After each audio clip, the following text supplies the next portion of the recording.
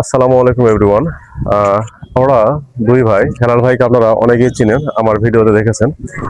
দুই ভাই এই যে ব্রিজে আসছি, তো ব্রিজে বসে থেকে ভাবতে ভাবতে একটা কথা মনে হলো যে যে মানুষ প্রতিদিন তার স্বপ্ন নিয়ে একটু একটু করে কাজ করে, সেই মানুষকে পৃথিবীর কোনো শক্তি সেই মানুষের স্বপ্নকে আটকে রাখতে পারবে না। এই কথাটার গভীরতা অনেক।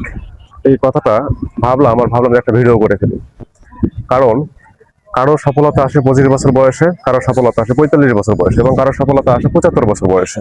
তার বাস্তব উদাহরণ যদি বলি, আপনি যদি মার্কিন প্রেসিডেন্টের দিকেই দেখেন, তাহলে বারাক ওবামা যেই বয়সে প্রেসিডেন্ট হয়েছিলেন, সেই বয়সে কিন্তু জো বাইডেন প্রেসিডেন্ট হতে পারেনি।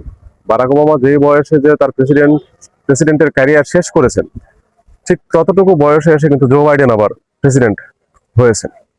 আবার ডোনাল্ড ট্রাম্প কিন্তু আরো বেশি বয়সে যায় প্রেসিডেন্ট হয়েছেন। তাহলে এখানে বয়স কোনো ম্যাটার নয়, আপনি যে কোনো বয়সে সফলতা অর্জন করতে পারেন। আর সফলতা অর্জনের পেছনে আপনাকে কঠোর পরিশ্রম এবং অগাধ বিশ্বাস, নিজের প্রতি নিজের কনফিডেন্স রাখতে হবে। তাহলেই কিন্তু আপনি সফলতার দ্বারপ্রান্তে চলে যেতে পারবেন। আমরা বয়স নিয়ে ভাবি যে আমার বয়স হয়ে গেছে, আমার আর কি বা বাকি আছে, যে আমি আর এই পৃথিবীর জন্য কি দিতে পারবো, বা আমি এই দেশের জন্য কি দিতে পারবো, আমি এই সমাজের জন্য কি দিতে পারবো, আমি তো বৃদ্ধ।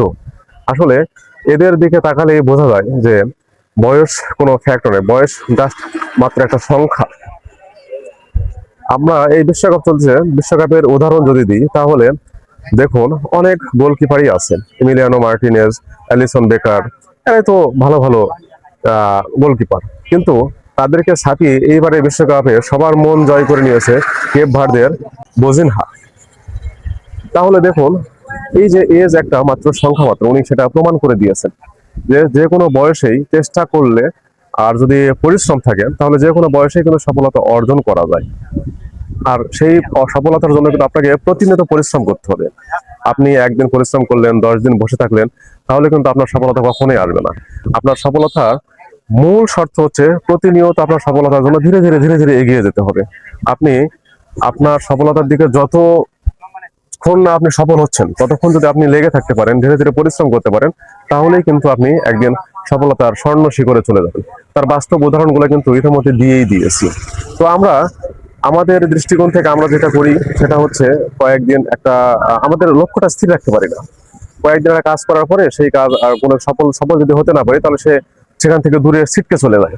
এটাই হচ্ছে আমাদের ব্যর্থতার মূল পয়েন্ট।